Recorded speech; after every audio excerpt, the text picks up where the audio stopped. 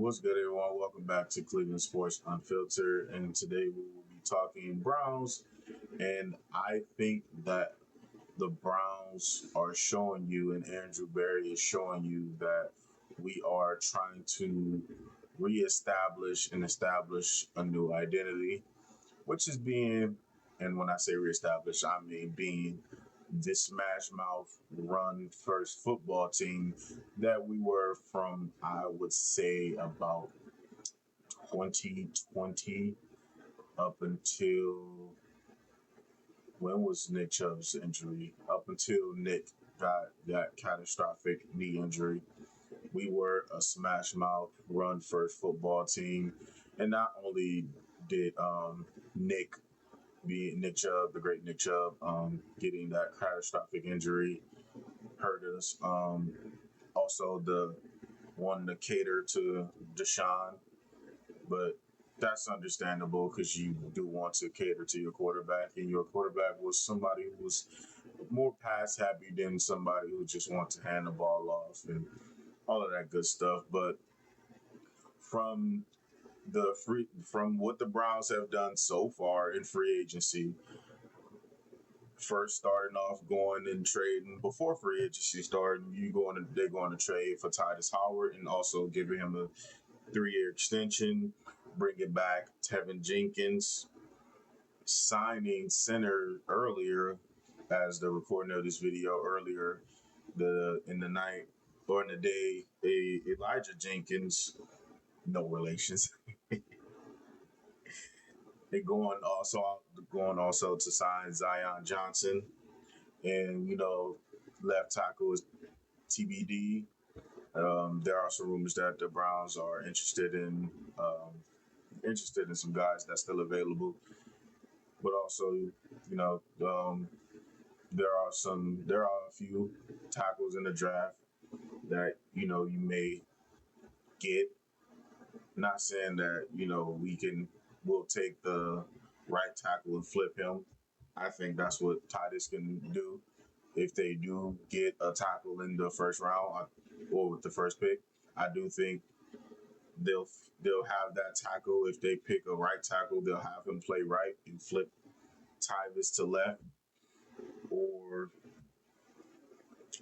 not Tyvis, Titus. Sorry about that. Because you can't rely on Dewan. And Dewan is a natural right. You want to keep him in his natural spot. He looked god awful playing left tackle. It didn't look good. His kick step was funky.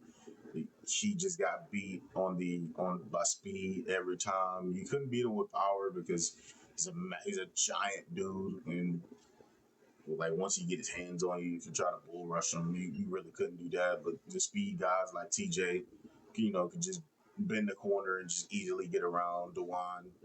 He just did not look comfortable on the left side, so I would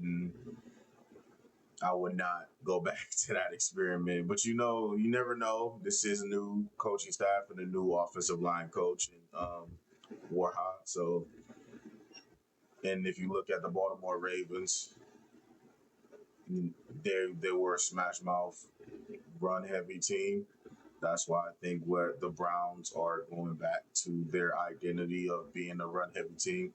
And it takes pressure, a tremendous, not just pressure, a tremendous amount of pressure off your door, or whatever quarterback wins the competition. It takes tremendous pressure off of them, having to throw 30 times a game. Now, there will be some games that, 30 is you have to throw 30 times a game because the circumstance calls for it.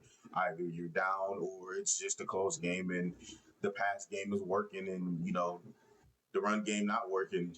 But most games, they do, you can tell they intend on being a smash mouth, punch you in the mouth, run heavy football team, and they got the horse to do it. I think Quinshon Judkins could be borderline top 5 back. I think he has that potential, and he should be back healthy for the start of training camp. And we all seen what he did without a training camp. Like Shedeur said, Just imagine a full year. It gets scary, and I think it's gonna get scary for teams, especially the way they just revamped this offensive line. I'm liking it. They're telling you their identity is going back to being a run heavy, smash mouth football team, and try to minimize, the quarterback's influence on the game, which is not always a bad thing. But obviously, whether you believe it or not, we don't have a top five elite quarterback.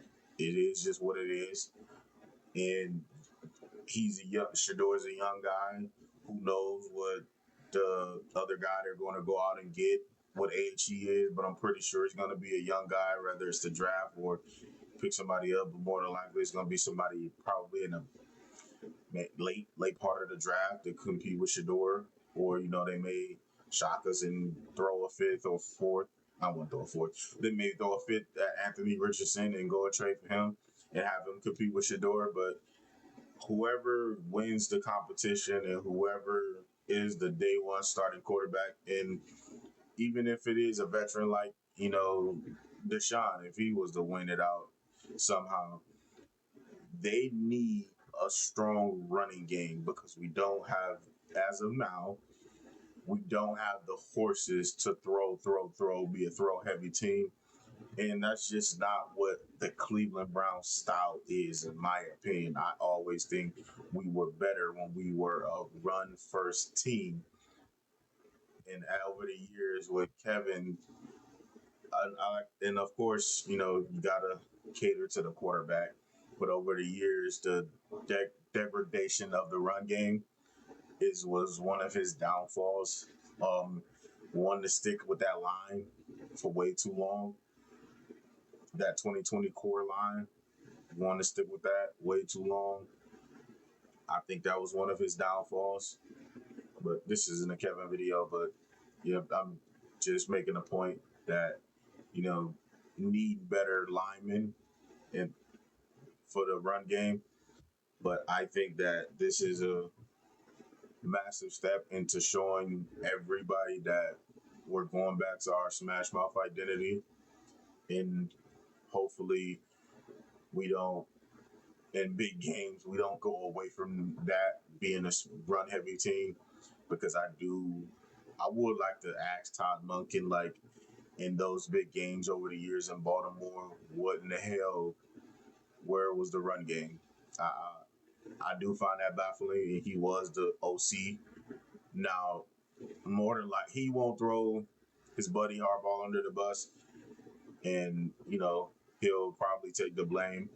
But if I could sit down with him, give him some of that truth serum, and ask him what in the hell happened. You guys almost every year with that big Hall of Famer Derrick Henry were a prolific running team, and all of a sudden, like clockwork, in the playoffs, you guys are trying to be this throw.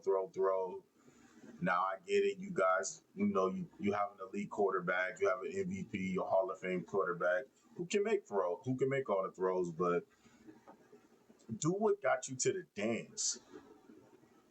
Do what got you to the dance, and if that is the case, that we get to the dance, but we go away from what we've done to get us to the dance, I do want to know is that a thing of his, or was that a Harbaugh thing, or is that a combination of both?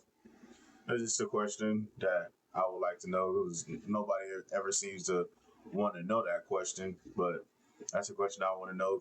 Why in the hell every year, like clockwork, when you was there, y'all go away from the run game when y'all have not just elite, a prolific run game. Big Derrick Henry, the RPOs with Derrick and Lamar just being Lamar, the most prolific quarterback, who prolific running quarterback the game has ever seen. Yes, better than Mike Vick.